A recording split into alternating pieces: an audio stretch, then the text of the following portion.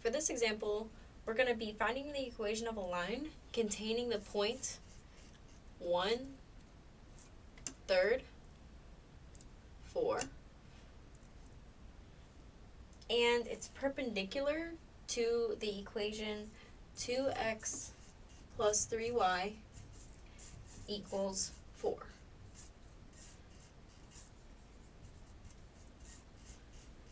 Because it's perpendicular, we know that perpendicular lines have opposite reciprocal slopes.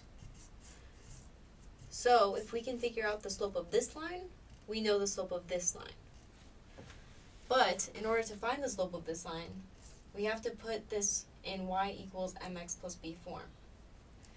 We can't see the slope unless it's in this form. In order to put it in that form, we have to solve for y. So we can subtract 2x from both sides, and this becomes 3y equals negative 2x plus 4, and then we can divide by 3 for every term. So we get y equals negative 2 over 3x plus 4 over 3.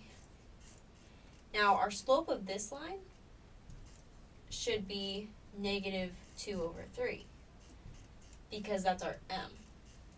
But our slope of our second line needs to be the opposite reciprocal of this. The opposite would make it a positive. The reciprocal means that you have to flip it over.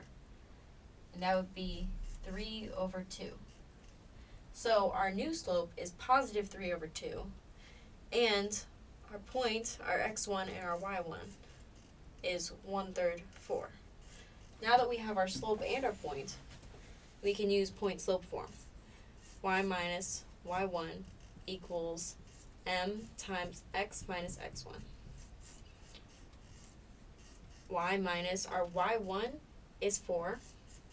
Mine equals m is 3 over 2 times x minus our x1 is 1/3.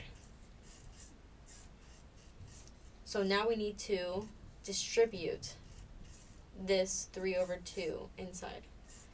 3 over 2 times x is 3 over 2x. 3 over 2 times negative 1/3 is going to be a negative because positive times negative makes a negative. And then 3 times 1 is 3. And 2 times 3 is 6. Now we have to reduce that. So they're both divisible by 3. So this is going to be 1 over 2. Because 3 divided by 3 is 1, and 6 divided by 3 is 2.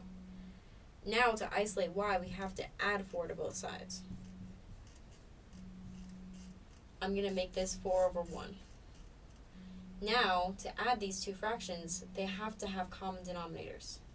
The common denominator of 2 and 1 is 2. In order to make this 2, I have to multiply by 2. And I have to do that on the top and the bottom. So this becomes negative 1/2 plus 8 over 2. And when we add that, 8 and negative 1, that makes 7 over 2. So I'm just going to put that back in. We still have our 3 over 2x. And this becomes plus 7 over 2. And that is our final answer.